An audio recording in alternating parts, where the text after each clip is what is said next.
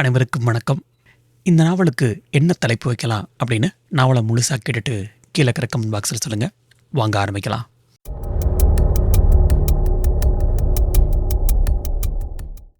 அத்தியாயம் 1. காலை 6 மணிக்கு பெசன்ட் நகர் கடற்கரையின் பால் வெள்ளை மணலில் காலடி தடங்கள் புதிதாக விழுந்தன. கடற்கரை பக்கத்து சாலையில் சாம்பல் நிற பனித்துணிகள் கார்களின் கண்ணாடிகளில் ஒட்டிக்கொண்டிருந்தன. கடலின் மென்மையான அலைவசையில் பசுமை மரங்களின் நடுவே சூரியன் மெதுவாக உதயமாகத் தொடங்கியது. ஆதித்யா இல்லம் வெளியே போர்டு தொங்கியது. ஃபில்டர் காஃபியின் மனம் அந்த வீட்டின் சமையல் அறையிலிருந்து மெல்ல பரவி ஹாலை நிறைத்தது.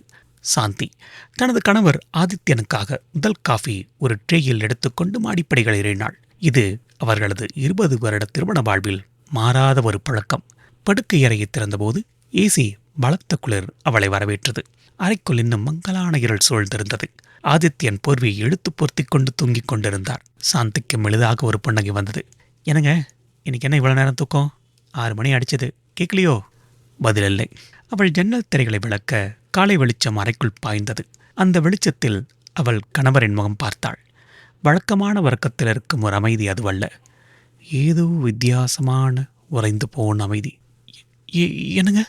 அவள் குரல் சற்றே தழுதழுத்தது. அவள் படுக்கை அறையின் அருகே சென்று அவரது தோளை மெதுவாக தொட்டாள். சொல்லென்றது. ஏசி குளிர் அல்லாது, உடலுக்குள்ளிருந்து ஊற்றெடுக்கும் ஒரு விதமான ஜில்லென்ற குளிர். அவளது இதயம் ஒரு நொடி நின்று துடிதுடித்தது. என்னங்க, விளையாடாதீங்க, எந்திரிங்க என்று அவரை உலுக்கினாள். அவர் உடல் ஒரு உயிரற்ற பொம்மை போல அசைந்தது. அவள் கைகள் நடுங்க அவரது மூக்கின் அருகே விரல்களை கொண்டு சென்றாள். சுவாச காற்று இல்லை. லாப் டாப் இதயம் அடித்துக்கொள்ள அவளது விரல்கள் ஆதித்தனின் மணிக்கட்டை தேடின. உள்ளுக்குள் ஏதோ ஒன்று உடைந்து நொறுங்கியது. நாடி இல்லை. அவள் கையில் இருந்த காஃபி ட்ரே டங்கென்ற சத்தத்துடன் கீழே விழுந்து சிதறியது. அவள் வாயிலிருந்து வெளிவந்த அலறல் அந்த அமைதியான பங்களாவின் சுவர்களை தாண்டி தெருவரை கெட்டது. வேலைக்காரர்கள் குடிவிட்டார்கள். சில நிமிடங்களில் குடும்ப மருத்துவர் சங்கர் அங்கே இருந்தார்.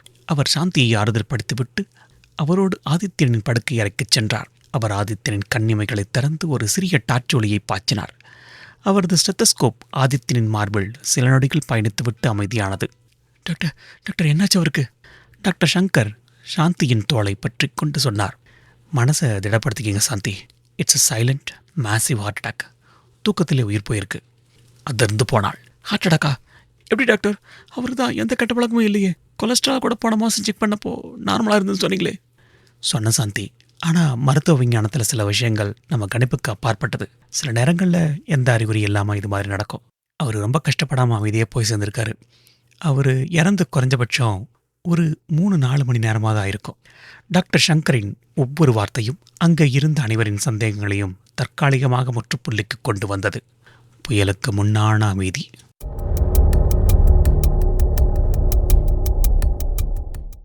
அத்தியாயம் 2. மதிய வெயிலின் கொடுமை சென்னையின் தெருக்களை சுட்டரித்துக் கொண்டிருந்தது. எழும்பூர் போலீஸ் கமிஷனர் கட்டிடத்தின் 3வது மாடியின் துணை ஆணையர் அருள்ராஜின் அறையில் ஜன்னல் வழியாக வெளியே தெரிந்த சாலையில் ஏசி இல்லாத வாகனங்களில் பயணிக்கும் மக்கள் கைகளால் முகத்தை மறைத்து கொண்டு செல்வது தெரிந்தது. விசாலமான அந்த அறையின் தேக்கு மரமேஜை மீது கோப்புகள் ஒன்றன் மீது ஒன்றாக கச்சிதமாக அடுக்கப்பட்டிருந்தன. சுவரில் குடியரசுத் தலைவரிடமிருந்து வாங்கிய பதக்கங்கள் ஃப்ரேம் செய்யப்பட்டு மாட்டப்பட்டிருந்தன. அவர் அமர்ந்திருந்த பெரிய தோள்தார்காலி ஒரு சிம்மாசனம் போல காட்சியளித்தது. My come in sir? அந்த குரல் கேட்டு அருள்ராஜ் தன் கையில் இருந்த கோப்பிலிருந்து நிமிர்ந்தார்.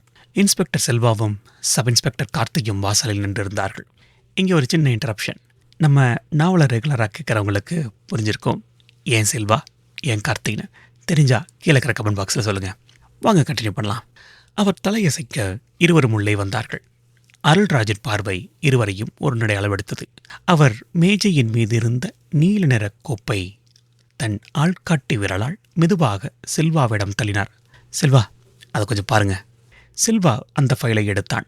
அதன் மீது வழக்கு முடிக்கப்பட்டது என்ற முத்திரை இன்னும் ஈரமாக இருப்பது போல் தெரிந்தது. அருள்ராஜ். வைதவே, அருள்ராஜ் ஏன் இந்த பேரு? தெரிஞ்சா கமெண்ட்ல சொல்லுங்க.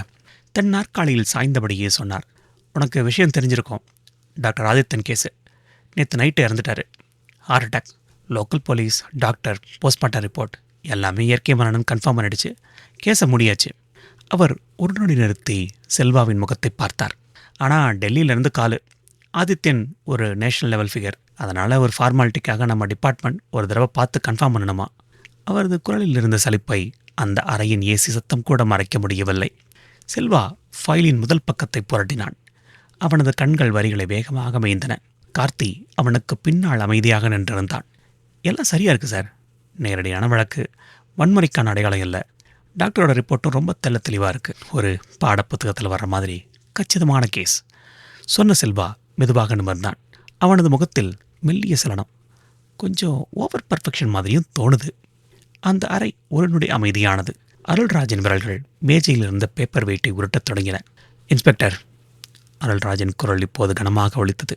உன் வேலை இல்லாத ஒரு வழக்கை உருவாக்குறது இல்லை, இருக்கிற உண்மைகளை உறுதிப்படுத்தி இந்த ஃபைலை மூடுறது. மினிஸ்ட்ரிக்கு ஒரு ரிப்போர்ட் வேணும், அதை நாம் கொடுக்குறோம். அவ்வளோதான். தேவையில்லாத கற்பனை குதிரையை தட்டிவிடாத. செல்வாவின் குரல் அதே நிதானத்தோடு ஒலித்தது. நான் புரிஞ்சுக்கிட்டேன் சார், கற்பனைக்கு இங்கே இடம் இல்லை. ஆனால் இந்த ஃபைலில் நான் கையெழுத்து போடணும் அப்படின்னா ஒவ்வொரு விவரத்தையும் நான் தனிப்பட்ட முறையில் சரிபார்த்தேன்னு அர்த்தம். அதுக்கு சம்பவ இடத்துக்கு ஒரு முறை போகணும். குடும்பத்தில் இருக்கிறவங்கள, அந்த டாக்டரையும் ஒரு முறை சந்திக்கணும். உங்கள் பர்மிஷன் வேணும். இது யூஷுவல் ஃபார்மாலிட்டி, உங்களுக்கே தெரியும். செல்வாவின் கேள்வி அருள்ராஜை ஒரு சங்கடத்தில் நிறுத்தியது. ஒரு வழக்கமான நடைமுறை சரிபார்ப்பை மறுப்பது ஒரு உயர் அதிகாரியின் நேர்மையை கேள்விக்குறியாக்கும். அருள்ராஜ் ஒரு நீண்ட பெருமூச்சு விட்டார். சரி, ஆனால் இது அமைதியாக எந்த மீடியாவோட கவனமும் இல்லாமல் நடக்கணும். உனக்கு 48 hours டைம். அதுக்கப்புறம் இந்த ஃபைல் உன் கையெழுத்து என் டேபிளுக்கு வந்தாகணும். புரிஞ்சுதா? தெளிவா சார். சொல்லிவிட்டு செல்வா ஃபைலுடன் திரும்பினான். அவனும் கார்த்தியும் வெளியே வந்தார்கள். கார்த்திக் கேட்டான், சார் ஓவர் பர்ஃபெக்ஷன் சொன்னீங்களே, உங்களுக்கு எதுவும் தோணுது? செல்வா நடந்து கொண்டே எங்கோ வெற்றிடத்தை பார்த்தபடி சொன்னான். நல்லா மெயின்டைன் பண்ணிட்டு இருக்கிற ஒரு மெஷின் தானே நிற்காது கார்த்தி. ஒன்று அதில் ஏதாவது ஒரு ஃப்ளா இருக்கணும், இல்லைன்னா யாரோ அதோட ப்ளக்கை உருவிருக்கணும். நம்ம கண்டுபிடிப்போம். வார்த்தைகள் தெளிவாக வந்து விழுந்தன.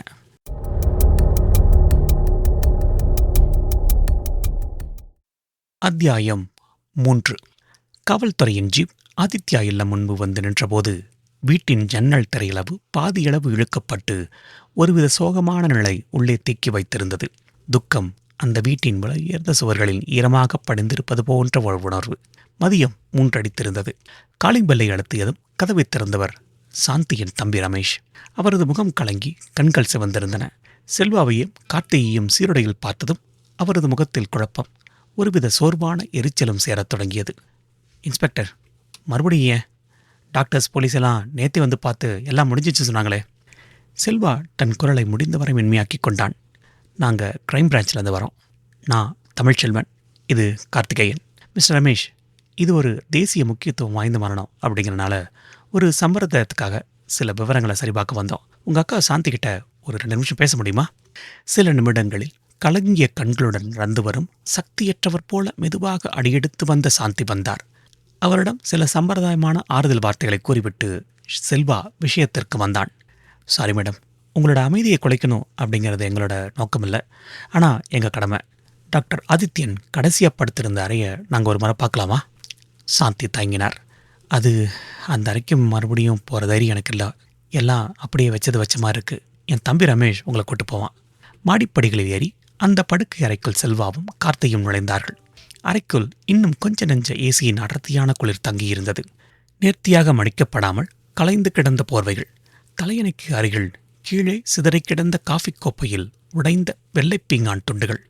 முதல் விசாரணைக்குழு தங்களுக்கு தேவையானதை முடித்துவிட்டு அவசரமாக சென்றதன் அடையாளங்கள் அப்பட்டமாக தெரிந்தன. கார்த்தி அறையை ஒருமுறை சுற்றி வந்துவிட்டு சொன்னான். சார், எஃப்ஐஆரில் சொன்னது போல தான் இருக்குது. ஜன்னல் கம்பிகள் அப்படியே இருக்குது. கதவை உடைச்சதுக்கான அடையாளம் எதுவும் இல்லை. எந்த பொருளும் திருட்டு போகலை. ஒரு சின்ன போராட்டத்துக்கான அறிகுறி கூட இல்லை. எல்லாமே கச்சிதமாக இருக்குது சார். செல்வா பதிலளிக்கவில்லை. அவனது கண்கள் அறையின் ஒவ்வொரு அங்குலத்தையும் ஒரு அதிநவீன ஸ்கேனர் போல வருடி கொண்டிருந்தன. மெதுவாக ஆதித்யன் படுத்திருந்த இடத்திற்கு சென்றான். தலையணையை தூக்கி பார்த்தான். அதன் கீழ் எதுவும் இல்லை. கட்டிலின் அருகே இருந்த சிறிய மேஜையின் மீது பாதி குடித்த தண்ணீர் ஜாடியும் நேற்று படித்த சேப்பியன்ஸ் புத்தகமும் சில மருந்து பாட்டில்களும் இருந்தன. செல்வா கார்த்தியிடம் கேட்டான். கார்த்தி, எஃப்ஐஆரில் இந்த மருந்து பற்றி என்ன சொல்லியிருக்காங்க? சோதனை பண்ணிட்டாங்க சார். எல்லாம் சாதாரண வைட்டமின் மாத்திரைகளும் அசிடிக்கான மாத்திரையும் தானாமா. டாக்டர் சங்கரும் இதை உறுதி பண்ணியிருக்காரு. செல்வாவின் பார்வை கட்டிலின் ஓரத்தில் தலையணைக்கு சற்று கீழே பதிந்தது. அங்கே வெள்ளை நிற படுக்கை விரிப்பில் கண்ணுக்கு தெரியாத அளவுக்கு ஒரு மிகச்சிறிய நிறமற்ற கரை படிந்திருந்தது. அது இரத்தக்கரை அல்ல, எண்ணெய் பிசுக்கும் அல்ல, ஏதோ ஒரு திரவம் சிந்தியதற்கான மிக மெல்லிய காய்ந்து போன அடையாளம். அவனது புருவங்கள் மெல்ல சுருங்கின. தன் பாக்கெட்டிலிருந்த கைக்குட்டையை எடுத்து அந்த இடத்தை மிக ஜாக்கிரதையாக தொட்டு பார்த்தான். நிச்சயம் காய்ந்து போயிருந்தது. கார்த்தி செல்வாவிடம் ஆழ்ந்த அமைதியை கவனித்து, என்ன சார், ஏதாவது கிடைச்சதா? செல்வா பதிலளிக்கவில்லை. அவனது கவனம் முழுவதும் அந்த இடத்திலேயே இருந்தது. தனது செல்போனை எடுத்து அதன் கேமராவை ஆன் செய்து அந்த இடங்களை மிக அருகே கொண்டு சென்று படம் எடுத்தான். பிளாஷ் வெளிச்சத்தில் பார்த்ததும் அவன் முகத்தில் ஒரு தீவிரம் தெரிந்தது. மெதுவாக எழுந்து அறையின் ஜன்னல் அருகே சென்றான். கண்ணாடியை உற்று பார்த்தான். கார்த்தியிடம் திரும்பினான். கார்த்திக், சொல்லுங்க சார். எனக்கு ஃபாரன்சிக்கோட தலைவர் டாக்டர் மாலா, அவங்கள லைனில் பிடிக்கணுமே, ரைட் நாவ். டாக்டர் மாலா, அந்த பேரை கேட்டதும் கார்த்தி ஒரு கணம் திகைத்தான். அவசரமின்றி எந்த வழக்கையும் தொடாதவர், மிகவும் கண்டிப்பானவர். மாலாவா? எதுக்கு சார்? அதான் போஸ்ட்மார்ட்டம் முடிஞ்சு உடம்ப அவங்க குடும்பத்தினர்கிட்ட ஒப்படைக்க போகிறாங்களே. செல்வா தனது செல்போன் திரையில் தான் எடுத்த புகைப்படத்தை உற்று பார்த்தபடி சொன்னான். அவனது குரல் ஒரு தீர்க்கமான உத்தரவாக ஒலித்தது. இல்லை, இப்போ ஹேண்ட் ஓவர் பண்ண வேணான்னு சொல்லு. அந்த உடம்பை மறுபடியும் நான் அவங்களோட ஆய்வக மேட்சுக்கு கொண்டு வர சொல்லு. நான் நேரம் அங்கே வரேன். ஒரு சின்ன விஷயத்த முதல் பார்வையில் கவனிக்க தவறிட்டாங்க அப்படின்னு நான் நினைக்கிறேன். அதை வெரிஃபை பண்ணணும். என்ன சார் இது? கார்த்தியின் குரலில் அப்பட்டமான ஆர்வம். செல்வா இப்போது கார்த்தியின் கண்ணை நேராக பார்த்தான். இந்த அறையில் டாக்டர் ஆதித்தனுக்கு என்னவோ நடந்திருக்கு. As a shadow.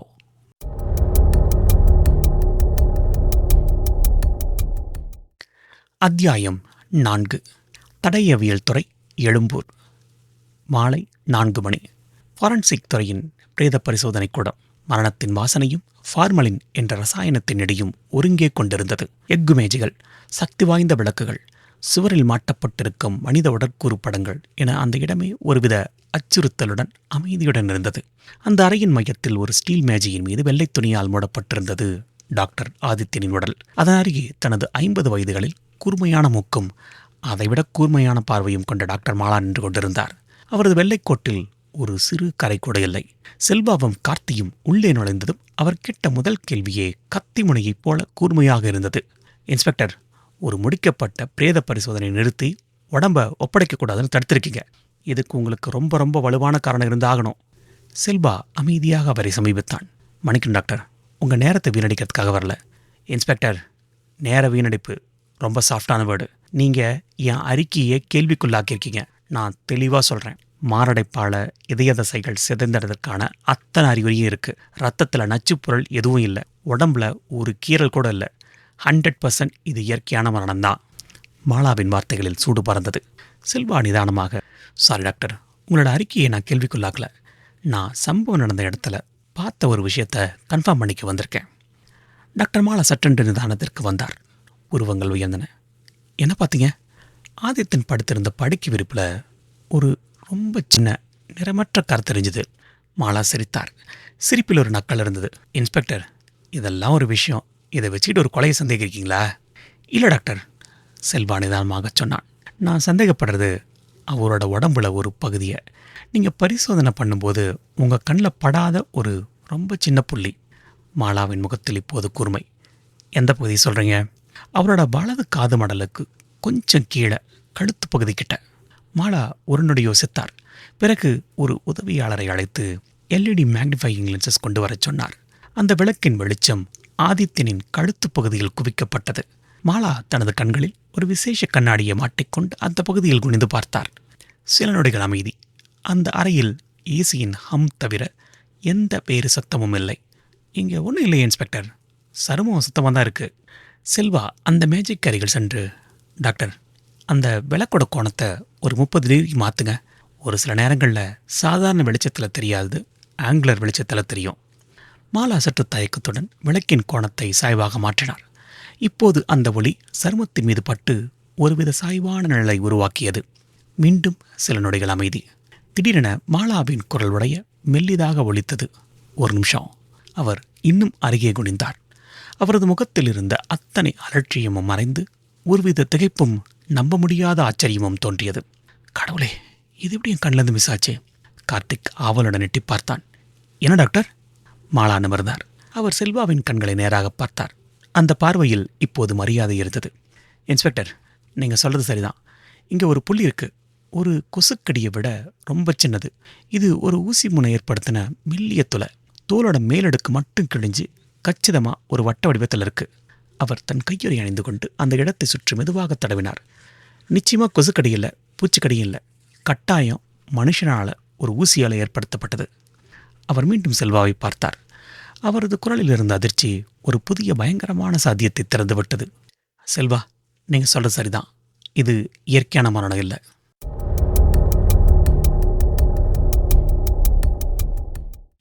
டாக்டர் மாலாவின் அந்த வார்த்தைகள் அந்த அறையின் குளிர்ந்த அமைதியில் ஒரு மின்சார அதிர்ச்சியை ஏற்படுத்தியது. கார்த்தி திகைப்புடன் ஒருமுறை செல்வாவையும் பின்னர் டாக்டர் மாலாவையும் பார்த்தான். ஒரு முடிக்கப்பட்ட வழக்கு இப்போதுதான் தனது பயங்கர முகத்தை காட்டத் தொடங்கியிருந்தது. டாக்டர் மாலா தனது முழு வீரியத்துடன் செயலில் இறங்கினார். இன்ஸ்பெக்டர், எனக்கு இந்த டிஷ்யூ சாம்பிளை உடனே அனலைஸ் பண்ணணும். அந்த ஊசி வழியாக உடம்புக்குள்ள என்ன போயிருக்கு அப்படின்னு தெரிஞ்சுக்கணும். ஏதாவது விஷமா, இல்லை ரசாயனமா, இல்லை வேற ஏதாவது புது டெக்னாலஜியான்னு பார்க்கணும். எனக்கு குறைஞ்சது 24 மணி நேரம் டைம் வேணும். செல்வா தலையசைத்தான். தாராளமாக எடுத்துக்கோங்க டாக்டர். ஆனால் இந்த விஷயம் ரொம்ப ரகசியமாக இருக்கணும். உங்களுக்கு ஏதாவது கிடைச்சா முதல்ல எனக்கு தான் வரணும். நிச்சயமா. மாலா தன் உதவியாளர்களை அழைத்து அந்த நுண்ணிய துளையை சுற்றியுள்ள திசு மாதிரியை எடுப்பதற்கான ஏற்பாடுகளை செய்யத் தொடங்கினார். ஃபாரன்சிக் துறையை விட்டு வெளியே ஜீப்பில் ஏறியதும் கார்த்திக் கேட்டான். சார், எப்படி சார் கலரே இல்லாத ஒரு கரையை வச்சு இவ்வளோ பெரிய விஷயத்தை கண்டுபிடிச்சிட்டிங்க? ஜீப்பை ஸ்டார்ட் செய்த செல்வா ஸ்டீரிங்கை பிடித்தபடி சொன்னான். அது கரையில்லை கார்த்திக். அந்த இடத்துல இருக்கக்கூடாத ஒரு விஷயம், ஒரு அனாமலி. ஒரு மிஷினில் ஒரு சின்ன ஸ்க்ரூ லூஸாக இருந்தால் கூட மொத்த மிஷின் நின்றுடும். அந்த மாதிரி ஒரு க்ரைம் சீனில் சம்மந்தம் இல்லாமல் ஒரு சின்ன விஷயம் இருந்தாலும் அது மொத்த கதையையும் மாற்றி எழுதும். கதிருக்கு பாதி புரிந்தது, பாதி புரியவில்லை. ஜீப் கமிஷனர் அலுவலகத்தை நோக்கி பறந்து கொண்டிருந்தது. டிசிபி அருள்ராஜை எப்படி சமாதானப்படுத்தப் போகிறோம் என்ற கேள்வி செல்வாவின் மனதில் ஓடிக்கொண்டிருந்தது. 48 மணி நேரத்தில் முடிக்கச் சொன்ன ஒரு சம்பிரதாய வழக்கு இப்போது வேறு திசையில் போய்க் கொண்டிருந்தது.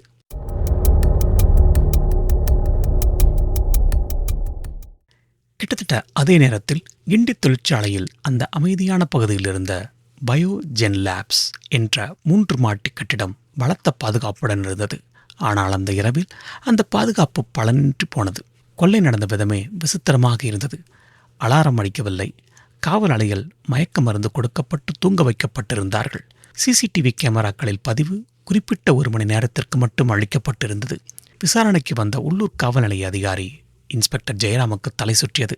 சார், இது ரொம்ப வித்தியாசமான கேஸாக இருக்குது என்று அவர் தனது மேலதிகாரிக்கு ஃபோனில் விவரித்துக் கொண்டிருந்தார். கம்பெனியோட லாக்கர்ஸ்லேருந்து 5 லட்சம் ரூபாய் பணத்தை தொடலை. விலை உயர்ந்த மைக்ரோஸ்கோப்பு, சென்ட்ரிஃபியூகல் மிஷின்னு ஏகப்பட்டது இருக்குது. எதுவுமே திருடப்படலை. அவ்வளோ ஏன் சார், கம்ப்யூட்டர் ஹார்ட் டிஸ்க்கு கூட விட்டு வச்சுருக்கானுங்க. மறுமுனையில் இருந்த அதிகாரி கேட்டார். அப்போது என்னதான் ஏன் திருட்டு போயிருக்கு? அதுதான் சார் எனக்கும் புரியலை. லேபில் -80 டிகிரி குளிர்பதன பெட்டியில் வச்சுருந்த சில உயிரியல் மாதிரிகள், அதான் சார் இந்த பயோ சாம்பிள்ஸ் சொல்கிறாங்களே, அது மட்டும் திருடியிருக்கானுங்க. இது லேபோட ஹெட்டு சொன்னது. அந்த சாம்பிளுக்கு அந்த மார்க்கெட்டில் எந்த வேல்யூவும் கிடையாதான். அது அவங்களோட ஒரு குறிப்பிட்ட ரிசர்ச்சுக்கு மட்டும் சம்மந்தப்பட்டதுன்னு சொல்கிறாரு. என்னையா சொல்கிற? ஆமாம் சார், அதோட மதிப்பு 0 தான். அதனால் இன்சூரன்ஸ் கூட கிளைம் பண்ண முடியாதுன்னு புலம்புறாரு. இன்ஸ்பெக்டர் ஜெயராம் அந்த உரைநிலை பெட்டியின் அருகே நின்று பார்த்தார். அங்கே கவனிக்கப்படாமல் விடப்பட்ட ஒரு சிறிய கண்ணாடி மூடி தரையில் கிடந்தது. அதை ஒரு தடயமாக குறித்து கொண்டார். பணமோ பொருளோ திருடப்படாமல் மதிப்பற்ற சில உயிரியல் மாதிரிகளை மட்டும் குறிவைத்து இவ்வளவு கச்சிதமாக ஒரு கொள்ளையை நடத்தது யார்? அவர்களின் நோக்கம் என்ன? குழம்பி நின்றார்.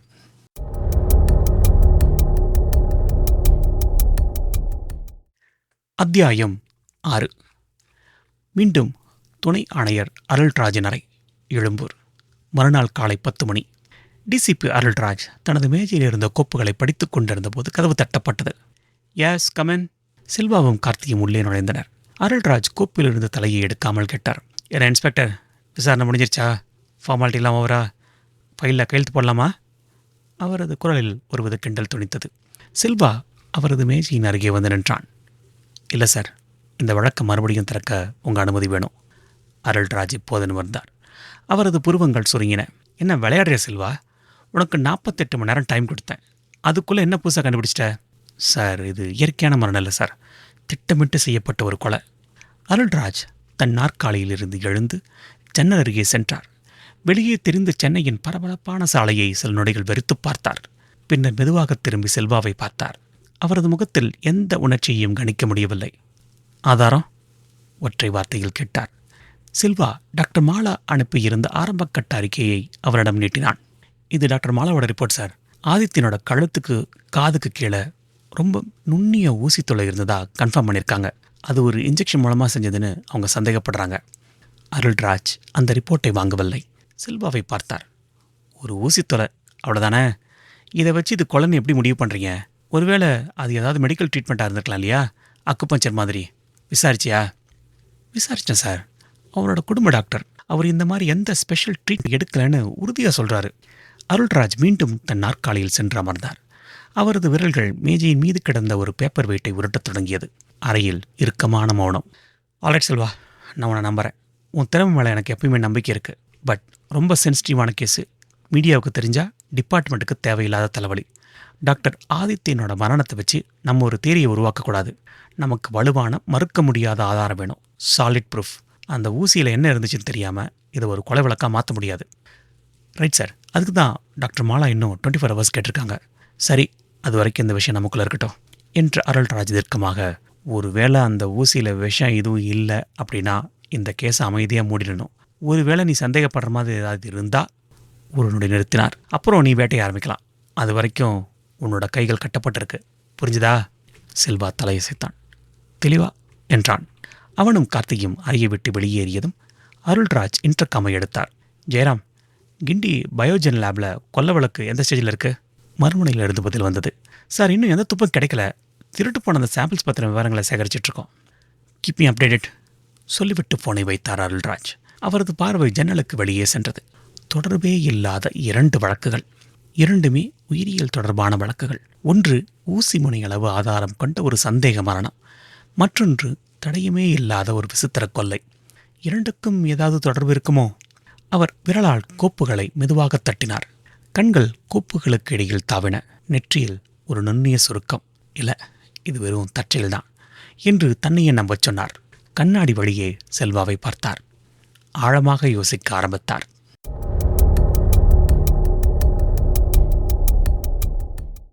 அத்தியாயம் 7. செல்வாவும் கார்த்திக்கும் தங்கள் சீட்டுக்கு வந்தார்கள். அலுவலகத்தின் அமைதி செல்வாவின் மனதிற்குள் ஓடிக்கொண்டிருந்த எண்ணங்களின் இரைச்சலுக்கு நேர்மாறாக இருந்தது. அவன் தன் இருக்கையில் அமர்ந்து சுவரில் மாட்டியிருந்த சென்னையின் வரைபடத்தை வெறித்து பார்த்து கொண்டிருந்தான். எதிரே இருந்த கார்த்திக் சில நிமிடங்கள் செல்போனை பார்த்துவிட்டு ஒருமை இழந்தவனாக, சார், இப்படியே உட்காந்துட்டு இருந்தா இப்படி? டாக்டர் மாலா மேடம் ரிப்போர்ட் கொடுக்க எப்படியோ 24 ஹவர்ஸ் ஆகும். அது வரைக்கும் நம்ம என்ன பண்ண போகிறோம்? பொறுக்க முடியாமல் கேட்டான். செல்வா தன் பார்வையை வரைபடத்திலிருந்து விளக்காமல் சொன்னான். நம்ம ஒரு கொலை வழக்கு விசாரிக்கல கார்த்திக். ஆனால் ஒரு மரணம் அடைஞ்ச நபரை பற்றி பின்னணி தகவல்களை சேகரிக்க நமக்கு முழு அதிகாரம் இருக்குது. அவன் சொன்னதின் அர்த்தம் புரிந்ததும் கார்த்தியின் முகத்தில் ஒரு மெல்லிய புன்னகை படர்ந்தது. ரைட் சார், எங்கேருந்து ஆரம்பிக்க போகிறோம்? டாக்டர் ஆதித்யனோட உலகத்திலிருந்து. அவர் வேலை செஞ்ச அந்த ரிசர்ச் இன்ஸ்டியூட்லேருந்து.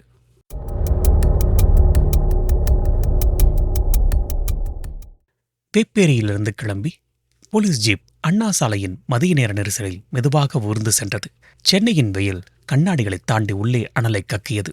ஒலிபெருக்குகளின் இரைச்சல், வாகனங்களின் ஹாரன் சத்தம் என வெளி உலகின் குழப்பங்களை எதையும் கவனிக்காமல் செல்வா தன் சிந்தனையில் மூழ்கியிருந்தான்.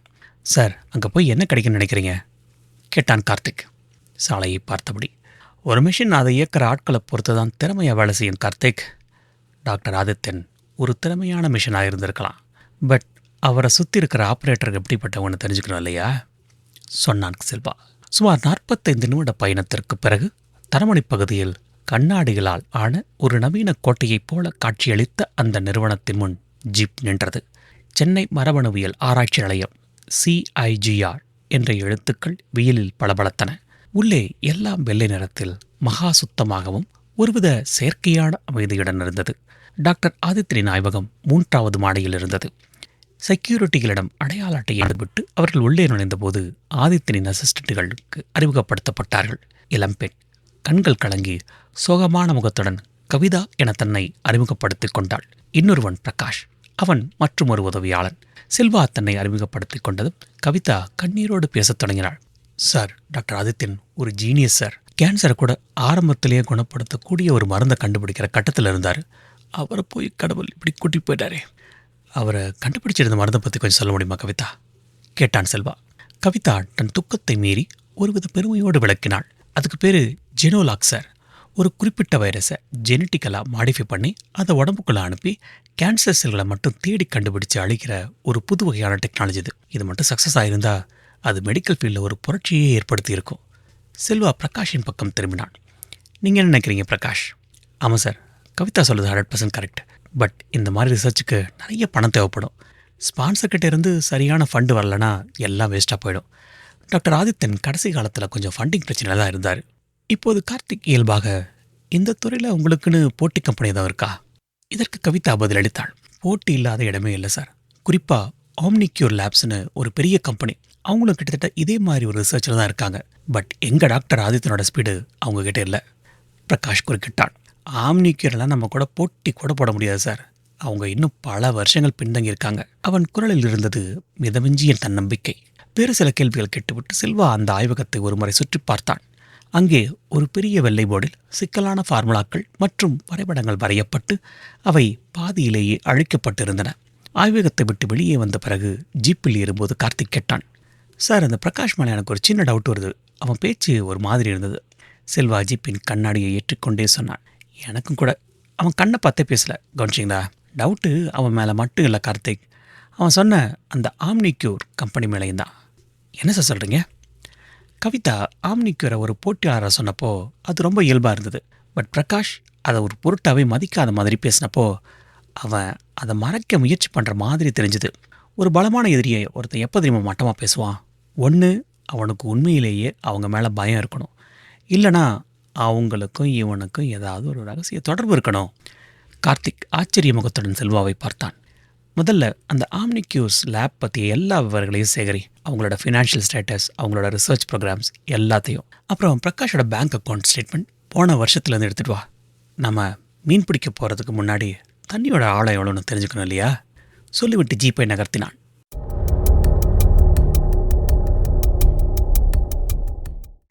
அத்தியாயம் 8. குற்றப்பிரிவு அலுவலகம், வேப்பேரி. மாலை 6 மணி. மாலை மயங்கி அலுவலகத்தின் ஜன்னல்களுக்கு வெளியே இருந்த இருள் படரத் தொடங்கியிருந்தது. பகல் வெளிச்சம் தந்த தைரியம் மறைந்து இரவின் நிழல்கள் நீளத் தொடங்கியிருந்தன. அறையின் டியூப்லைட் வெள்ளை வெளிச்சம் செல்வாவின் முகத்தில் ஒருவித களைப்பை பூசியிருந்தது. கார்த்திக் தன் கணினியின் முன் அமர்ந்து கடந்த 2 மணி நேரமாக தீவிரமாக வேலை செய்து கொண்டிருந்தான். அவன் தட்டிய கீபோர்டின் சத்தம் மட்டும் அந்த அறையின் அமைதியை கலைத்தது. நடுவில் யார் யாருக்கோ ஃபோன் செய்தான். 2-3 முறை வெளியே சென்று விட்டு வந்தான். திடீரென சார் என்றான். செல்வா தன் சிந்தனையிலிருந்து விடுபட்டு நிமிர்ந்து பார்த்தான். என்னாச்சு கார்த்திக்? கார்த்தியின் கண்கள் கணினித்தரையில் பதிந்திருக்க விரிந்தன. கிடைச்சிச்சு சார் என்றான். அவன் குரலில் ஒருவித பரபரப்பு. செல்வா அவன் இருக்கையிலிருந்து எழுந்து வந்து கார்த்தியின் தோளுக்கு பின்னால் நின்று திரையை பார்த்தான். திரையில் பிரகாஷின் கடந்த 6 மாத வங்கி அறிக்கை, பேங்க் ஸ்டேட்மெண்ட் திறந்திருந்தது. பேங்கிலிருந்து வாங்கியிருக்கிறான் என்பது ஸ்கேனிலிருந்தே புரிந்தது. என்ன கிடைச்சது? இதை பாருங்க சார். 4 மாதத்துக்கு முன்னாடி பிரகாஷோட அக்கௌண்ட்டுக்கு 25 லட்சம் ரூபாய் 5 தவணையாக வந்திருக்கு. அட்வான்ஸ் இன்ஹெரிட்டன்ஸ்னு குறிப்பில் இருக்குது. பரம்பரை சொத்து முன்படமா? செல்வா பருவங்களை சொருக்கினான். அதையும் செக் பண்ணிட்டேன் சார். அவனுக்கு அப்படி எது இருக்க வாய்ப்பில்லை சொன்னான் கார்த்திக். 25 லட்சம்னா வெல், எந்த கம்பெனிலேருந்து வந்திருக்கு? கார்த்திக் தன் மவுஸை நகர்த்தி அந்த பண பரிவர்த்தையின் மீது கிளிக் செய்தான். அதான் சார் இங்கே சிக்கலே. கேப்ரிகான் வெஞ்சர்ஸ்னு ஒரு கம்பெனிலேருந்து வந்திருக்கு. பட் விசாரித்த வரைக்கும் பிரகாஷோட குடும்பத்துக்கும் யாருக்கும் இந்த மாதிரி ஒரு கம்பெனியோட தொடர்பே இல்லை. இந்த கேப்ரிகான் வெஞ்சர்ஸ் என்ன கம்பெனி? அதை ட்ரேஸ் பண்ணியா? ஆச்சு சார், அதுவும் பண்ணிட்டேன். பட் சொன்ன அவன் முகத்தில் குழப்பம் தெரிந்தது. ரொம்ப விசித்திரமாக இருக்குது சார். இந்த கேப்ரிகான் வெஞ்சர்ஸ் ஒரு ஷெல் கம்பெனி, அதாவது பேப்பர்ஸ் மட்டும் இருக்கிற ஒரு போலி நிறுவனம். அதோட அட்ரஸ் தியாகராஜ நகரில் ஒரு சின்ன ரூமோட அட்ரஸ். ஃபுல்லாக விசாரிச்சாச்சு. 1 வருஷமாக பூட்டி கிடக்குதான். அப்போது ஆம்னிக்யூஸ் லேப் பற்றி என்ன தகவல்? அவங்களோட ஃபினான்ஷியல் ரிப்போர்ட்ஸ் எல்லாம் சுத்தமாக இருக்குது சார். அவங்க ரிசர்ச் சரியாக போகாததுனால போன 3 மாதமாக அவங்க ஷேர் வேல்யூ குறைஞ்சிருக்கு. மற்றபடி சந்தேகப்படும்படி எதுவும் இல்லை. செல்வா மீண்டும் தன் இருக்கையில் சென்று அமர்ந்தான். அவன் பார்வை மீண்டும் சென்னையின் வரைபடத்தின் மீது பதிந்தது. ஷெல் கம்பெனி 25 லட்சம், பிரகாஷ், ஆம்னிக்யூர். புள்ளிகள் இருந்தன. ஆனால் அவற்றை இணைக்கும் கோடுதான் இன்னும் கிடைக்கவில்லை.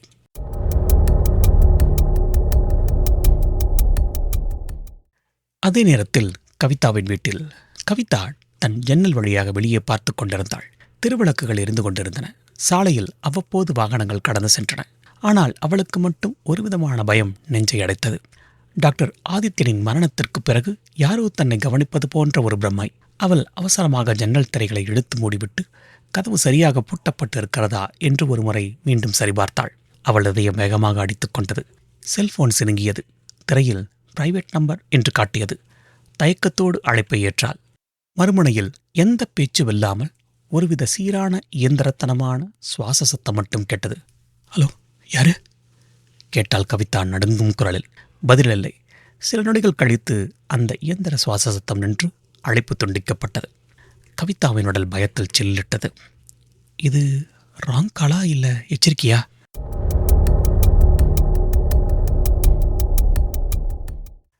செல்வாவின் செல்போன் அதிர்ந்தது.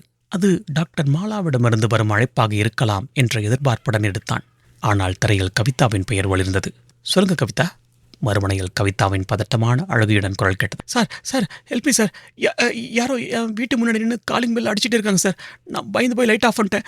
அவங்க இன்னும் போகலை சார். செல்வா தன் இருக்கையிலிருந்து புயலான எழுந்தான். மேஜையில் இருந்த ஜீப் சாவியை அள்ளிக்கொண்டு கார்த்திக் வா என்றான். அவனது குரலில் இருந்த அவசரமும் முகத்தில் தெரிந்த இறுக்கமும் கார்த்திக்கு புரிந்தது. கேள்வி கேட்காமல் தொடர்ந்தான். செல்வாவுடன் ஜீப்பை நோக்கி ஓடினான். அவன் முகத்தில் இருந்த கேள்விக்குறிக்கு செல்வா பதிலளித்தான். அடுத்த கொலை நடக்க போற இடத்துக்கு போயிட்டு இருக்கோம்.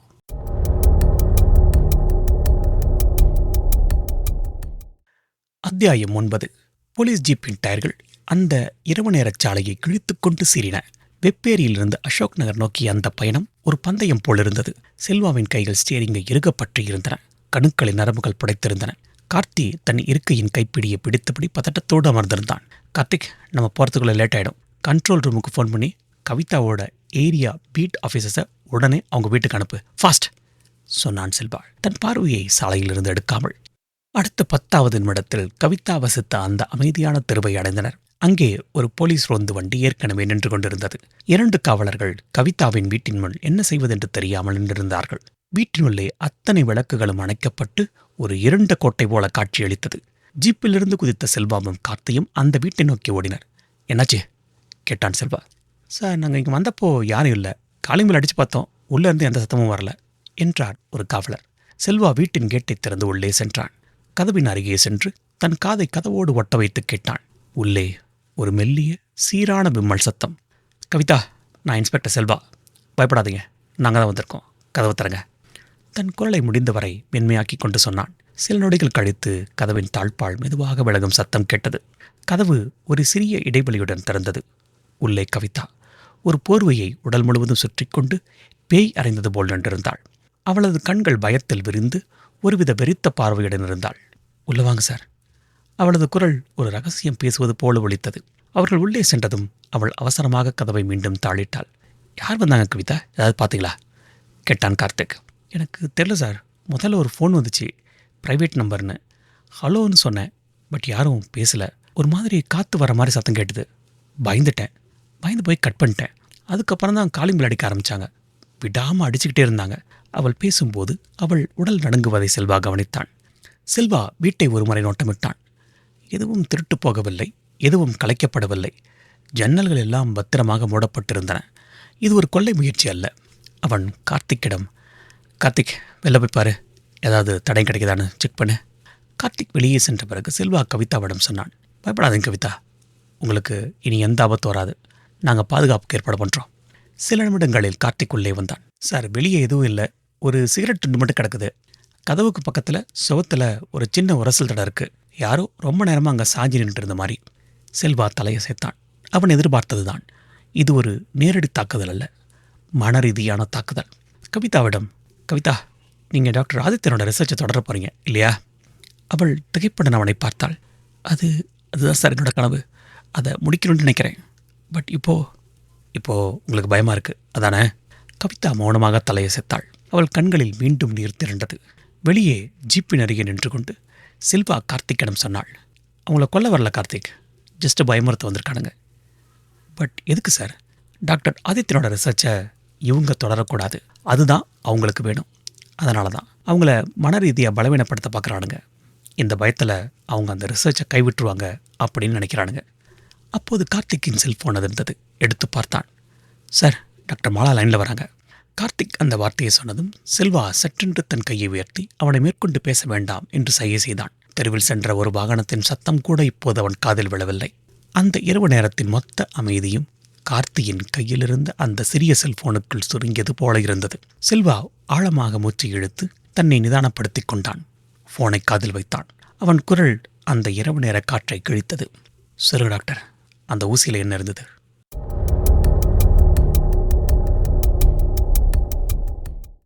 அத்தியாயம் 10.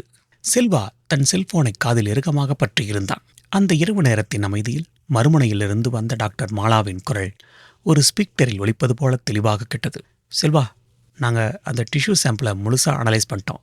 பட் ஒரு வித்தியாசமான சிக்கல். என்ன டாக்டர்? அந்த ஊசி வழியாக எந்த விதமான விஷமோ இல்லை கெமிக்கலோ உடம்புக்குள்ளே போகலை. இந்த வார்த்தைகள் செல்வாவின் தலையில் ஒரு சம்மட்டியை இறக்கியது போல் இருந்தது. அவன் எதிர்பார்த்தது இதுவல்லவே. என்ன டாக்டர் சொல்கிறீங்க? அப்போது அந்த ஊசி தொலை? பொறுமையை கேளு செல்வா. நான் விஷம்தான் எதுவும் இல்லைன்னு சொன்னேன். ஆனால் ஒன்றுமே இல்லைன்னு சொல்லலையே. செல்வா குழப்பத்தோடு கார்த்தியை பார்த்தான். கார்த்திக்கின் முகத்திலும் அதே குழப்பம். டாக்டர் மாலா தொடர்ந்தார். நாங்கள் அந்த டிஷ்யூஸை எலக்ட்ரானிக் மைக்ரோஸ்கோப் வழியாக வச்சு பார்த்தப்போ ஒரு ஆச்சரியமான விஷயம் தெரிஞ்சுது. அந்த ஊசி தொலையை சுற்றி இருக்கிற செல்ஸில் ஒரு ஃபாரின் மெட்டீரியல் இருந்திருக்கு. அது என்ன டாக்டர்? அதுதான் இங்கே இருக்கிற $1 மில்லியன் கேள்வி. அது ஒரு உயிருள்ள பொருள், ஒரு வகையான பாக்டீரியா. பாக்டீரியாவா? ஆமாம், ஒரு மரபணு மாற்றம் செய்யப்பட்ட, இதுவரைக்கும் எங்கள் டேட்டா பேஸில் இல்லாத ஒரு புது வகையான பாக்டீரியா. அதோட அமைப்பு ரொம்ப விசித்திரமாக இருக்குது. அதை உடம்புக்குள்ளே செலுத்தினா அது ரத்தத்தில் கலந்து இதய தசைகளை சுற்றி ஒரு விதமான புரோட்டீன் வடிவத்தை உருவாக்குது. அந்த படிவம் இதயத்துக்கு போகிற ரத்த ஓட்டத்தை மெல்ல மெல்ல தடை பண்ணி ஒரு குறிப்பிட்ட நேரத்துக்கு அப்புறம் ஒரு கச்சிதமான இயற்கையான மாரடைப்பை உண்டாக்குது. செல்வாவின் மூளைக்குள் 1000 விளக்குகள் ஒரு சேர எரிந்தன. இதுதான் அந்த கொலையோட ரகசியம். டாக்டர், இதுக்கு மேலே ஒரு முக்கியமான கேள்வி இருக்குது. அந்த பாக்டீரியா மாரடைப்பு உருவாக்குனதுக்கு அப்புறம் என்ன ஆகும்? மறுமுனையில் ஒரு சிறிய மௌனத்திற்கு பிறகு மாலாவின் குரலில் ஒருவித திகைப்பு கலந்த பாராட்டு. Excellent question Selva. அதுதான் இந்த டெக்னாலஜியோட படு பயங்கரமான புத்திசாலித்தனம். அந்த பாக்டீரியா மாரடைப்பு ஏற்படுறதுக்கு அப்புறம் ஒரு சில மணி நேரங்களில் அதோட செல்கள் தானாகவே செதஞ்சு உடம்போட கழிவோட கலந்துடும். அதனால தான் போஸ்ட்மார்ட்டம் ரிப்போர்ட்டில் எந்த தடையுமே கிடைக்கல. நான் எடுத்த டிஷ்யூ சாம்பிள் கூட அதோட முழுமையான செல் கிடைக்கல. அது செனஞ்சு போனதுக்கு அப்புறம் விட்டுட்டு போன ஒரு பயாலஜிக்கல் ஃபுட் பிரிண்ட் மட்டும்தான் கிடைச்சிது. இப்போது எல்லாம் தெளிவாகியது. சத்தமே இல்லாத ஒரு கொலை, அறிவியலின் உச்சகட்ட வளர்ச்சியை கொண்டு செய்யப்பட்ட ஒரு கச்சிதமான குற்றம். டாக்டர், அந்த பாக்டீரியா உருவாக்க முடியுமா? முடியும், ஆனால் அதுக்கு அதோட முழுமையான ஜெனடிக் கோடு வேணும். அது இல்லாமல் இதை மறுபடியும் உருவாக்குறது அப்படிங்கிறது ரொம்ப ரொம்ப கஷ்டம். கிட்டத்தட்ட அசாத்தியம்னே சொல்லலாம். Thank you doctor. அந்த ரிப்போர்ட் எனக்கு மெயில் பண்ணிடுங்க. ரொம்ப ரகசியமாக இருக்கட்டும். சொல்லிவிட்டு செல்வா ஃபோனை துண்டித்தான். செல்வா நிமிர்ந்து கார்த்திக்கை பார்த்தான். கார்த்திக் அவன் முகத்தையே பார்த்து கொண்டிருந்தான். What next sir? Selva jeep சாவியை எடுத்து சுழற்றியபடி சொன்னான். கொலையாளி ஒரு தடயத்தை விட்டுட்டு போயிருக்கான் கார்த்திக். என்ன தடை சார் அது? அந்த பாக்டீரியாவை சொல்கிறீங்களா? அதை மறுபடியும் உருவாக்க முடியாது டாக்டர் சொல்லிட்டாங்களே. நான் சொன்னது கொலையாளி டாக்டர் ஆதித்யனோட உடம்புல விட்டுட்டு போன தடயத்தில். பின்ன? செல்வா ஒரு புதிருக்கு விடை சொல்வது போல சொன்னான். இந்த பாக்டீரியாவை உருவாக்க அவனுக்கு ஒரு ஹைடெக் லேப் வேணும்.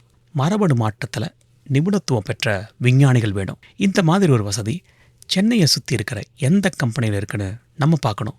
ஆம்னிக்யூர் லேப்ஸ். ஸ்ட்ரைக்ஸ் எ பெல். இதுதான் நம்மளோட முதல் சந்தேகம். இப்போது செல்வாவின் செல்போன் மீண்டும் அதிர்ந்தது. திரையில் டிசிபி அருள்ராஜ் என்று உயர்ந்தது. செல்வா உடனடியாக அழைப்பை ஏற்றான். சார், செல்வா பேசுகிறேன். டாக்டர் மாலா ரிப்போர்ட் வந்துருச்சு. நம்ம எதிர்பார்த்த மாதிரி இது ஒரு கொலை தான். மறுமுனையில் அருள்ராஜின் குரல் கேட்டது. தெரியும் செல்வா, மாலா இப்போ தான் எனக்கு ஃபார்வர்ட் பண்ணாங்க. நான் உனக்கு அதுக்காக கால் பண்ணல. ஒரு புது விஷயம். கிண்டியில் பயோஜென்ஸ் லேப்னு ஒரு கம்பெனி. நேற்று நைட்டு ஒரு கொலை நடந்திருக்கு. கொல்லையா? என்ன சார், என்ன திருட்டு போயிருக்கு? பணமோ பொருளோ இல்லை, சில குறிப்பிட்ட மரபணு மாதிரி ஜெனட்டிக் சாம்பிள்ஸை மட்டும் திருடியிருக்கானுங்க. இந்த கேஸை இன்ஸ்பெக்டர் ஜெயராம் விசாரிச்சிட்ருக்காரு. எனக்கு என்னவோ இது ரெண்டுக்கும் நடுவில் தொடர்பு இருக்குமோன்னு ஒரு சின்ன சந்தேகம். நீ என்ன நினைக்கிற? செல்வாவின் மோனைக்குள் 2 புள்ளிகள் இப்போது ஒரே நெற்கோட்டில் இணைந்தன. ஒரு விஞ்ஞானியின் மர்ம மரணம், அதே துறையைச் சேர்ந்த இன்னொரு ஆய்வகத்தில் நடந்த விசித்திர கொள்ளை, பாக்டீரியா மரபணு மாதிரிகள். சார், செல்வாவின் குரலில் இப்போது புதிய உறுதி இருந்தது. சந்தேகமே இல்லை சார், ஃபார் ஷோ 2க்கும் கனெக்ஷன் இருக்குது. அந்த கிண்டி கேஸ் ஃபைல் எனக்கு உடனே வேணுமே. அந்த வழக்க ஜெயராம் கூட சேர்ந்து நானும் விசாரிக்கிறோம். மறுமுனையில் அருள்ராஜ் ஒரு நொடி அமைதிக்கு பிறகு, சரி செல்வா, ஏற்பாடு பண்ணுறேன், பி கேர்ஃபுல். எனக்கு என்னவோ நம்ம சாதாரண ஆள்கிட்ட மோதலன்னு தோணுது. ஃபோனை துண்டித்த செல்வா கார்த்திக்கை பார்த்தான். கார்த்திக், இன்ஸ்பெக்டர் ஜெயராம் உடனே காண்டாக்ட் பண்ண, நம்ம கிண்டிக்கு கிளம்புறோம். கொலையாளி அவனோட அடுத்த தடயத்தை அங்கே தான் விட்டுட்டு போயிருக்கான். 2 தொடர்பில்லாத வழக்குகள் இப்போது ஒரே மர்மத்தின் 2 பக்கங்களாக மாறியிருந்தன. ஒரு பக்கத்தின் புதிரை விடுவித்தால் மட்டுமே மறுபக்கத்தின் முகம் தெரியும். அந்த முகத்தை தேடி செல்வா.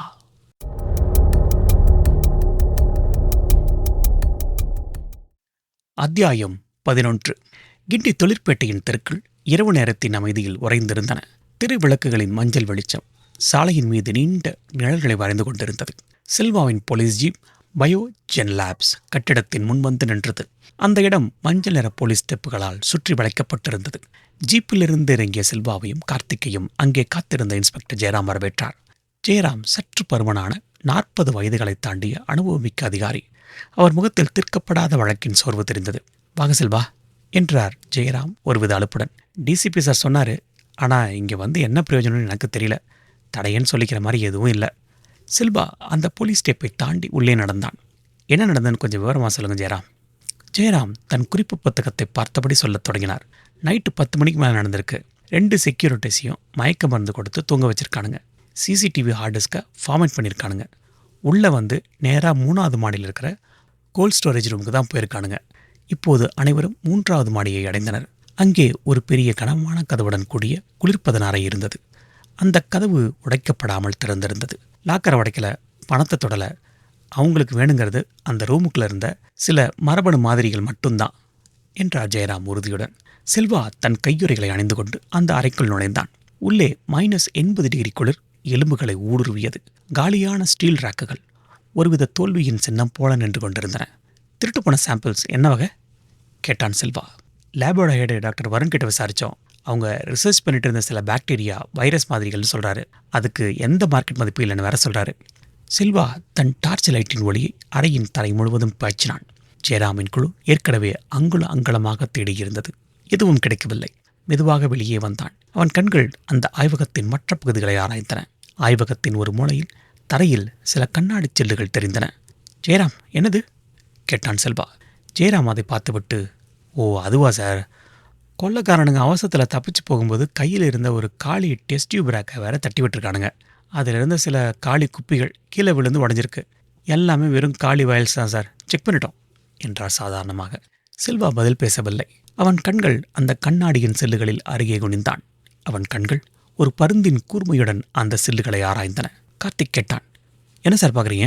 செல்வா தன் டார்ச் லைட்டின் ஒளியை ஒரு குறிப்பிட்ட உடைந்த கண்ணாடி சில்லுகளின் மீது குவித்தான்.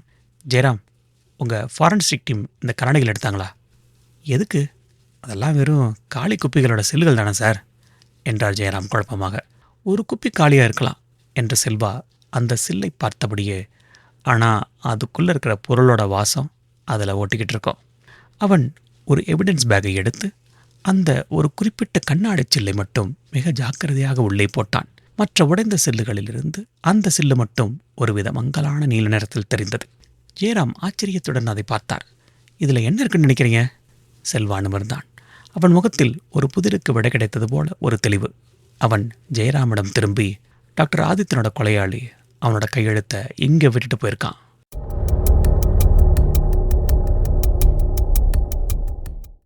அத்தியாயம் 12. Forensic lab. எழும்பூர். நள்ளிரவு 1:30 மணி. நள்ளிரவை தாண்டி அந்த நேரத்தில் ஃபாரன்சிக் லேபின் விளக்குகள் மட்டும் எரிந்து கொண்டிருந்தன. டாக்டர் மாலா தனது வழக்கமான உறக்க நேரத்தையும் தாண்டி அங்கே இருந்தார். அவர் முகத்தில் தெரிந்த சோர்வை மீறி கண்களில் ஒருவித தொழில்முறை ஆர்வம் ஜொலித்தது. செல்வா அந்த எவிடன்ஸ் பேக்கை அவரிடம் நீட்டினான். டாக்டர், இந்த கண்ணாடி சில்லுக்குள்ளே என்ன இருக்குன்னு எனக்கு தெரியணும். டாக்டர் மாலா அந்த பையை வாங்கி உள்ளே இருந்த நீல நிற கண்ணாடி செல்லை உற்று பார்த்தார். இது ஒரு சாதாரண கண்ணாடி மாதிரி தெரியலையே செல்வா. அவர் அதை எடுத்து ஒரு சக்தி வாய்ந்த மைக்ரோஸ்கோப் கீழே வைத்தார். கருணித்தரையில் அந்த கண்ணாடியின் மேற்பரப்பு பல 1000 மடங்கு பெரிதாக தெரிந்தது. இன்ட்ரெஸ்டிங் என்றார் மாலா திரையை பார்த்தபடி. இது கோபால்ட் கலந்த ஒரு ஸ்பெஷல் வகையான கண்ணாடி. ஒரு குறிப்பிட்ட உயிரியல் பொருட்களை புற ஊதா கதிர்கள் தாக்காமல் பாதுகாக்க இந்த மாதிரி குப்பிகளை பயன்படுத்துவாங்க. அதுக்குள்ளே என்ன இருந்துச்சுன்னு கண்டுபிடிக்க முடியுமா டாக்டர்? கண்டிப்பாக. கண்ணுக்கு தெரியாத அளவுக்கு அதோட மூலக்கூறுகள் இந்த கண்ணாடியில் ஒட்டிட்டு இருக்கோம். நான் அதை மாஸ் ஸ்பெக்ட்ரோமெட்ரி டெஸ்ட்டுக்கு அனுப்புகிறேன். ஆனால் ரிசல்ட் வரதுக்கு குறைஞ்சது 6 மணி நேரம் ஆகும். அது பரவாயில்ல டாக்டர், எனக்கு ரிசல்ட் வந்ததும் தகவல் சொல்லுங்கள்.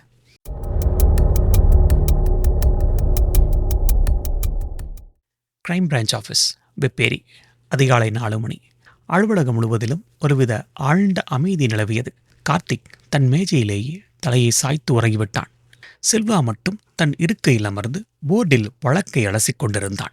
ஒரு பக்கம் டாக்டர் ஆதித்தனின் புகைப்படம், இன்னொரு பக்கம் ஆம்னிக்யூர் லேப்ஸின் பெயர், நடுவில் பிரகாஷின் புகைப்படம். அவன் போர்டின் கீழே கேப்ரிகான் வெஞ்சர்ஸ் ஷெல் கம்பெனி என்று எழுதி அதை சுற்றி ஒரு வட்டம் போட்டான். 25 லட்சம் ரூபாய், அதுதான் இந்த வழக்கின் மையப்புள்ளி. அந்த பணம் ஆம்னிக்யூரிடமிருந்துதான் பிரகாஷுக்கு போயிருக்க வேண்டும் என்று தனக்குத்தானே முணுமுணுத்துக் கொண்டான். பட் அதை நிரூபிக்க ஒரு டைரக்ட் லிங்க் இல்லையே. அவன் சிந்தனைகள் சுழன்று கொண்டிருந்த போது அவன் கண்கள் போர்டில் வரையப்பட்டிருந்த ஒரு பெயரின் மீது நிலைத்தது. கவிதா. டாக்டர் ஆதித்யனின் ஆராய்ச்சி உதவியாளர். கவிதாவை பயமுறுத்தியது நோக்கம் அந்த ஜெனோலாக் ஆராய்ச்சியை தடுப்பது. திடீரென செல்வாவின் மூளைக்குள் ஒரு மின்னல் வெட்டியது. ஒரு புதிய கோணம். அவன் அவசரமாக கார்த்திக்கை தட்டி எழுப்பினான். கார்த்திக், எந்திரி. கார்த்திக் தூக்க கலக்கத்துடன் எழுந்தான். என்ன சார், என்னாச்சு? டாக்டர் ஆதித்யனோட ஆராய்ச்சி சம்மந்தமாக எல்லா ஃபைல்ஸ் அண்ட் பேப்பர்ஸ் எங்கே இருக்குது? அது அவரோட ஆஃபீஸ் லேபில் இருக்குன்னு சொன்னாங்க சார். இல்லை கார்த்திக், அங்கே மட்டும் இல்லை. டாக்டர் ஆதித்தன் பெரிய விஞ்ஞானி. தன்னோட ஆராய்ச்சியோட ஒரு காப்பியை எங்கேயாவது ரகசியமான இடத்துல கண்டிப்பாக வச்சிருப்பார், ஒரு பேக்கப் மாதிரி. கார்த்திக் குழப்பத்துடன் பார்த்தான். எங்கே இருக்குன்னு நினைக்கிறீங்க சார்? கவிதா கிட்ட. அவங்க தான் ஆதித்யனுக்கு ரொம்ப நம்பிக்கையான ஆள். ஒருவேளை அவர் ஏதாவது ஒரு பென் டிரைவ்லேயோ ஹார்ட் டிஸ்க்லேயோ அந்த ரிசர்ச் விவரங்களை கவிதா கிட்ட கொடுத்துருக்கலாம். அதனால தான் அவளை குறி வச்சு மிரட்டுறானுங்க. இந்த கோணம் இதுவரை அவர்கள் யோசிக்காதது. இப்போது என்ன சார் பண்ண போகிறோம்? நம்ம கவிதா வீட்டுக்கு போகணும். அவங்கக்கிட்ட இது பற்றி விசாரிக்கணும். அதே நேரத்தில் செல்வாவின் செல்ஃபோன் அதிர்ந்தது. திரையில் டாக்டர் மாலா என ஒளிர்ந்தது. 6 மணி நேர காத்திருப்பு என்று சொல்லப்பட்டது அதற்கு உள்ளாகவே முடிவுக்கு வந்துவிட்டது. சொல்லுங்க டாக்டர். மறுமுனையில் டாக்டர் மாலாவின் குரலில் ஒருவித திகைப்பும் நம்ப முடியாத ஆச்சரியமும் கலந்திருந்தது. செல்வா, சொன்னா நீ நம்ப மாட்ட, அந்த நீல நிற கண்ணாடியில் ஒட்டியிருந்த பொருள். அவர் ஒரு வினாடி நிறுத்தினார். அதுவும் டாக்டர் ஆதித்யனோட உடம்புல நாங்கள் கண்டுபிடிச்ச அந்த பாக்டீரியாவோட பயாலஜிக்கல் ஃபுட் பிரிண்ட்டும் 100% மேட்ச் ஆகுது. ரெண்டும் ஒன்று தான்.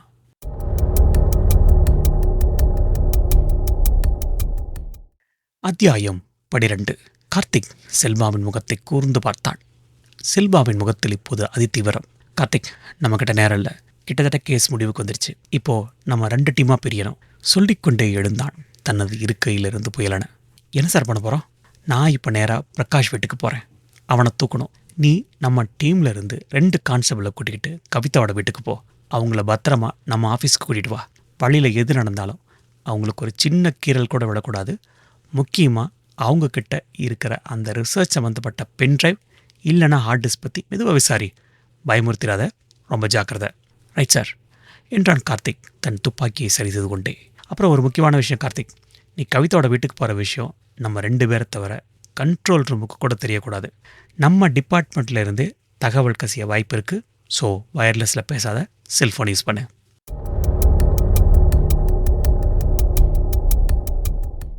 தியாகராய நகரில் அந்த அடுக்குமாடி குடியிருப்பு அதிகாலையின் மெல்லிய ஒளியில் குளித்து கொண்டிருந்தது.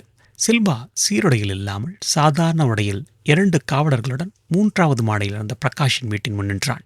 காலிங் பெல்லை அழுத்தியதும் சில நிமிடங்கள் கழித்து தூக்க கலக்கத்தோடு கதவை திறந்தான் பிரகாஷ். எதிரில் செல்வாவையும் போலீஸையும் பார்த்ததும் அவன் முகத்தில் தெரிந்த தூக்க கலக்கம் மறைந்தது. ஒருவித அதிர்ச்சியும் பயமும் படர்ந்தன. இன்ஸ்பெக்டர், என்ன இந்த நேரத்தில்? செல்வா ஒரு வார்த்தை கூட பேசாமல் தன் கையில் இருந்த ஒரு காகிதத்தை அவனிடம் நீட்டினான். அது பேப்ரிகான் வெஞ்சர்ஸ் என்ற பெயரில் அவனுக்கு 25 லட்சம் ரூபாய் வந்ததற்கான வங்கியின் ஆதாரத்தின் நகல். அதை பார்த்ததும் பிரகாஷின் முகம் வெளிரிப்போனது. அவன் கால்கள் நடுங்கத் தொடங்கின. உள்ள வரலாமா பிரகாஷ்? கேட்டான் செல்வா ஒருவித அதிகாரம் கலந்த புன்னகையுடன். அடுத்த அரை மணி நேரம் செல்வா டாக்டர் ஆதித்தனின் மரணம், கவிதாவை மிரட்டியது, கிண்டி ஆய்வக கொள்ளை, நீல நிற கண்ணாடி, பாக்டீரியா என ஒவ்வொன்றாக எடுத்து வைத்தான். பிரகாஷ் முதலில் மறுத்தான். ஆனால் பேப்ரிகான் வெஞ்சர்ஸ் என்ற பெயர் வந்தபோது தடுமாறினான். அந்த படம் ஆம்னிக்யூர் லேப்ஸோட ஹெட் மிஸ்டர் வர்மா கொடுத்தது தானே? வர்மாவின் பெயரை கேட்டதும் மிரண்டான் செல்வா. இங்கே ஒத்துக்கிட்டாலும் சரி, இல்லை லாக்கப்பில் போய் ஒத்துக்கிட்டாலும் சரி. தரையில் மண்டியிட்டு ஆளத் தொடங்கினான். சார் என்னை மன்னிச்சிருங்க, அவங்க என்னை மிரட்டினாங்க, பணத்தாசு காட்டினாங்க, இதில் சிக்கிட்டேன்.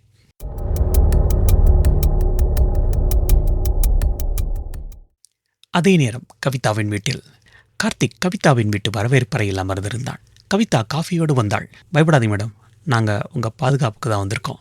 கவிதா சற்று தயக்கத்துடன் கேட்டாள், இன்ஸ்பெக்டர் எங்கே சார்? அவர் ஒரு முக்கிய வேலையை வெளியே போயிருக்கார் மேடம். உங்ககிட்ட ஒரு விஷயம் கேட்கணும். டாக்டர் ஆதித்தன் அவரோட ரிசர்ச் சம்மந்தமாக ஏதாவது ஃபைல்ஸ் உங்ககிட்ட கொடுத்தாரா, ஒரு சேஃப்டிக்காக? கவிதா ஒரு கணம் திகைத்தாள். அவள் பார்வை அலமாரியின் மூலையிலிருந்து ஒரு புத்தக அலமாரியை நோக்கிச் சென்றது. அந்த அலமாரியில் மற்ற புத்தகங்களுடன் ஒரு கெமிஸ்ட்ரி பாட புத்தகம் இருந்தது. அவள் மெதுவாக எழுந்து சென்று அந்த புத்தகத்தை எடுத்தாள். அதன் நடுப்பக்கத்தை திறந்தபோது அங்கே ஒரு சிறிய கருப்பு பென்ட்ரைவ் இருந்தது. இதை எங்கிட்ட கொடுத்து, இது என்னோட உயிர் கவிதா, ரொம்ப பத்திரமா வச்சுக்கோன்னு சொன்னார் சார். அவர் சாகிறதுக்கு 2 நாள் முன்னாடி நம்பகமான ஆள்கிட்ட மட்டும் கொடுக்க சொல்லியிருந்தார். உங்களை நம்பி இப்போ கொடுக்குறேன். கார்த்திக் அந்த பென்ட்ரைவை வாங்குவதற்காக தன் கையை நீட்டிய போது அவன் செல்போன் அதிர்ந்தது. செல்வாவிடமிருந்து அழைப்பு. சொல்லுங்கள் சார். மறுமுனையில் செல்வாவின் குரல் அவசரமாக ஒலித்தது. கார்த்திக், பிரகாஷ் எல்லாத்தையும் ஒத்துக்கிட்டான். இந்த நிமிஷம் ஆம்னிக்யூர் லேப்ஸோட ஹெட் வர்மாவை கைது பண்ண போயிட்டுருக்கோம். பட் இதில் ஒரு பெரிய ஆபத்து இருக்குது. வர்மாவுக்கு நம்ம மூவ் தெரிஞ்சால் அவன் கவிதாவை தீர்த்து கட்ட ஆள் அனுப்ப வாய்ப்பு இருக்குது. ஸோ நீ உடனே அவங்கள அங்கேருந்து கூட்டிகிட்டு நம்ம சேஃப் ஹவுஸ்க்கு போ. ஒரு நிமிஷம் கூட வெயிட் பண்ணாத. செல்வா பேசி முடித்த நொடியில் கார்த்திக் ஒரு பயங்கர சத்தத்தை கேட்டான். டமார்! கவிதாவின் வீட்டு ஜன்னல் கண்ணாடி ஒரு கல்பட்டு சிலந்தி வலை போல விரிந்து சில்லு சில்லாக சிதறியது. அந்த உடைந்த ஜன்னலுக்கு வெளியே இருண்ட நிழல் போல 2 உருவங்கள் நிற்பது தெரிந்தது. துப்பாக்கியை உருவியபடி கத்தினான். கவிதா, கீழே குனிஞ்சுக்கோங்க.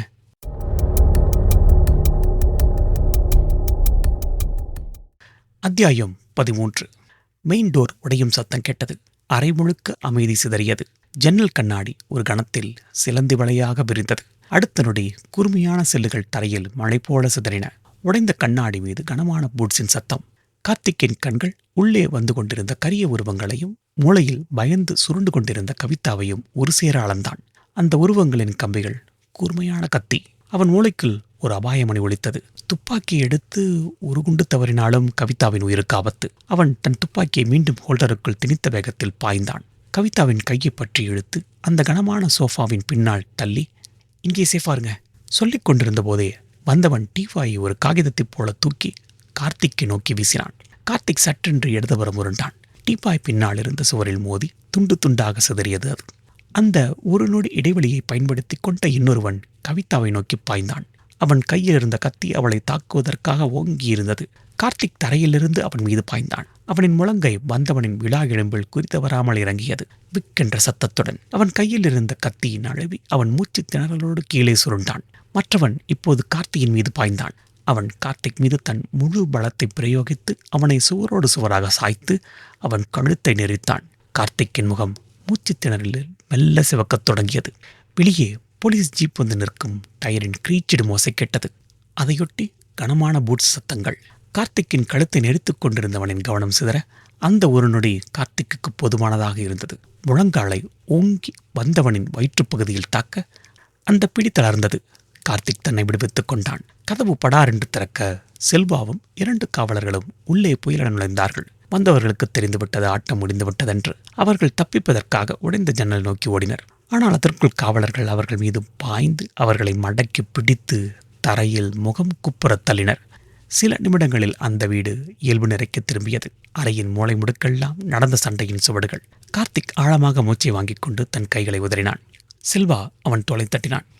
கார்த்திக், அடி எதுவும் பட்டில்லையே? இல்லை சார், நான் ஓகே தான். அவங்களுக்கு நம்ம எப்படி சார் தெரிஞ்சது இவ்வளோ சீக்கிரமா? கார்த்திக் குழப்பத்துடன் கேட்டான். செல்வா தன் பாக்கெட்டில் இருந்த செல்போனை எடுத்தான். அதன் திரையை ஒரு முறை பார்த்துவிட்டு, நான் பிரகாஷோட வீட்டிலேருந்து கிளம்புனது காலையில் 6:10க்கு. நான் உனக்கு ஃபோன் பண்ணது 6:15க்கு. இந்த 5 நிமிஷம், அந்த 5 நிமிஷத்துக்குள்ளே பிரகாஷ் ஒரு மெசேஜ் அனுப்பி வர்மாவை அலர்ட் பண்ணியிருக்கான். வர்மாவை நம்ம அரெஸ்ட் பண்ண போகிறது அவனுக்கு தெரிஞ்சிருக்கு. ஸோ கடைசி அஸ்திரமாக இந்த ஆளுங்களை அனுப்பியிருக்கான். இவனுக்கு எங்கேயாவது பக்கத்தில் தான் சுற்றிட்டு இருந்திருக்கணும். அதனால தான் இவ்வளோ சீக்கிரம் வந்துட்டானுங்க. செல்வா கவிதாவின் அருகே சென்றான். அவள் பயத்தில் உறைந்து போய் சோஃபாவின் மூலையில் சுருண்டு அமர்ந்திருந்தாள். அவள் கையில் அந்த பென்ட்ரைவ் இன்னும் உயிரைப் போல பற்றி கொண்டிருந்தாள். பயப்படாதீங்க கவிதா, எல்லாம் முடிஞ்சிருச்சு சொன்னான் செல்வா ஆறுதலாக. இனி உங்களுக்கு எந்த ஆபத்து இல்லை. அவன் அந்த பென்ட்ரைவை மெதுவாக வாங்கி கொண்டான். அவள் கைகள் இன்னும் நடுங்கிக் கொண்டிருந்தன. செல்வா கார்த்திக்கிடம் திரும்பி, கார்த்திக், இவங்களை ஸ்டேஷனுக்கு கூட்டிகிட்டு போ, நான் வர்மாவை பார்க்க போகிறேன். சார் தனியாவா? கிட்டத்தட்ட சொல்லிவிட்ட செல்வா தன் ஜீப் சாவியை எடுத்து சுழற்றியபடியே, சில கணக்குகளை தனியாக தான் தீக்கணும் கார்த்திக்.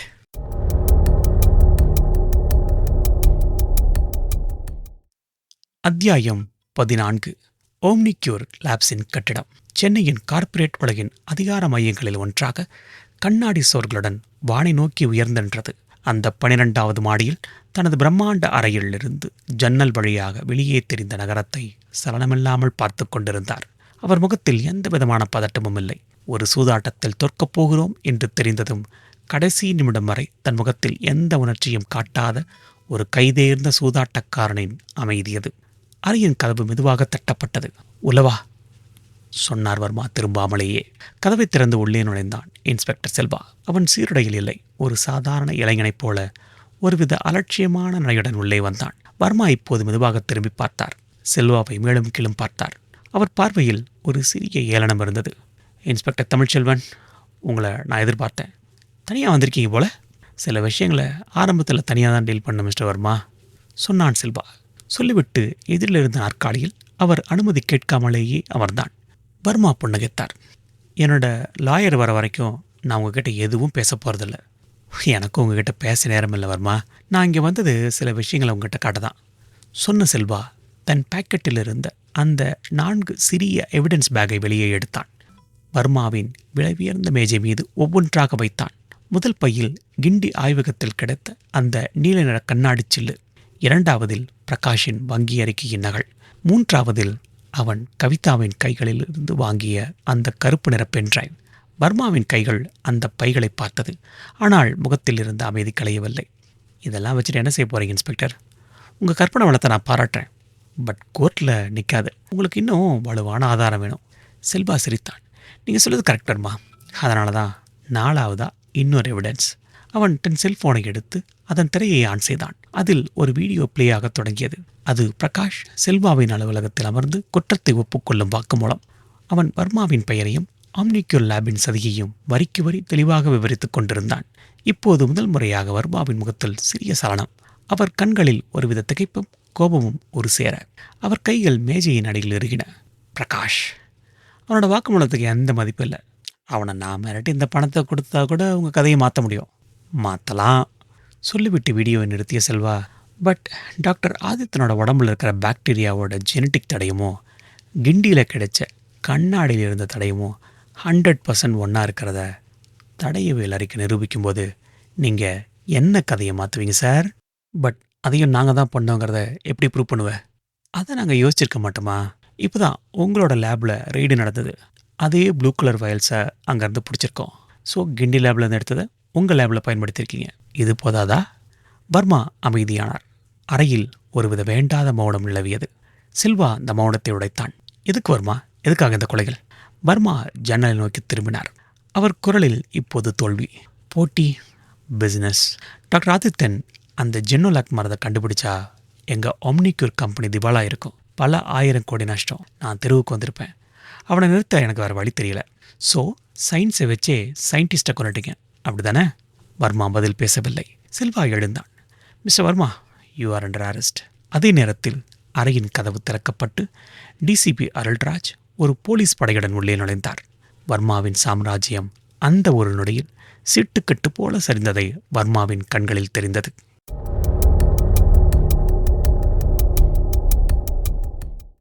மறுநாள் கிரைம் பிரான்ச் ஆஃபீஸ், வெப்பேரி. செய்தித்தாள்களின் தலைப்பு செய்திகளில் அனைத்தும் விஞ்ஞானி ஆதித்தன் கொலை வழக்கில் திடீர் திருப்பம், பிரபல தொழிலதிபர் வர்மா கைது என்று அலறின. செல்வா தன் மேஜையில் அமர்ந்து ஒரு சூடான காஃபி குடித்துக் கொண்டிருந்தான். அவன் எதிரில் கார்த்திக் அந்த செய்தித்தாள்களை பெருமையோடு படித்துக் கொண்டிருந்தான். சார், இன்னும் சில கேள்விகளுக்கு பதிலே இல்லையே. யார் டாக்டர் ஆதித்தனுக்கு ஊசி போட்டது? அதை பண்ணது பிரகாஷ் தான். அவன் டாக்டர் ஆதித்தன் அன்னைக்கு லேப்ல இருந்து கிளம்புறதுக்கு முன்னாடி ரொம்ப க்ளோஸ் ரேஞ்சில் ஒரு சின்ன சிரிஞ்சை வச்சு ஊசி போட்டிருக்கான். ஜஸ்ட் ஒரு எறும்பு கடி மாதிரி தான். அந்த மருந்து அவரோட பாடியில் போய் ரியாக்ட் ஆகிறதுக்கு கொஞ்சம் டைம் எடுத்துகிட்டு இருந்திருக்கு. அது பிரகாஷுக்கும் நல்லா தெரியும்.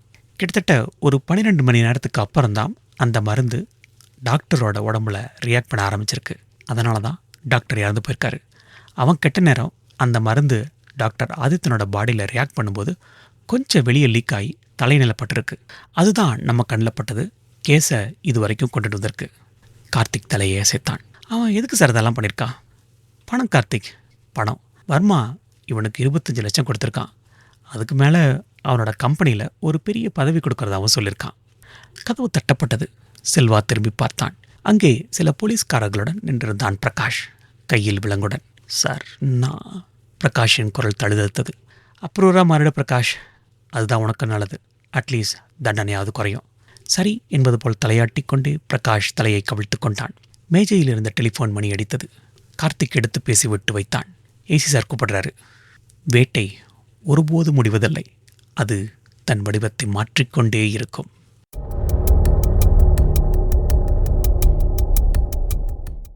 ஓகே மக்களே, இந்த நாவலை கேட்டிருப்பீங்கன்னு நினைக்கிறேன்.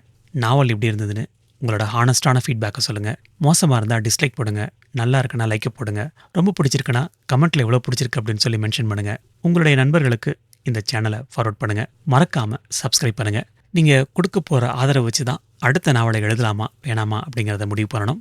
அன்டில் தென் நம்மளுடைய ரியல் ஸ்டோரிஸ் கண்டினியூ ஆகும்.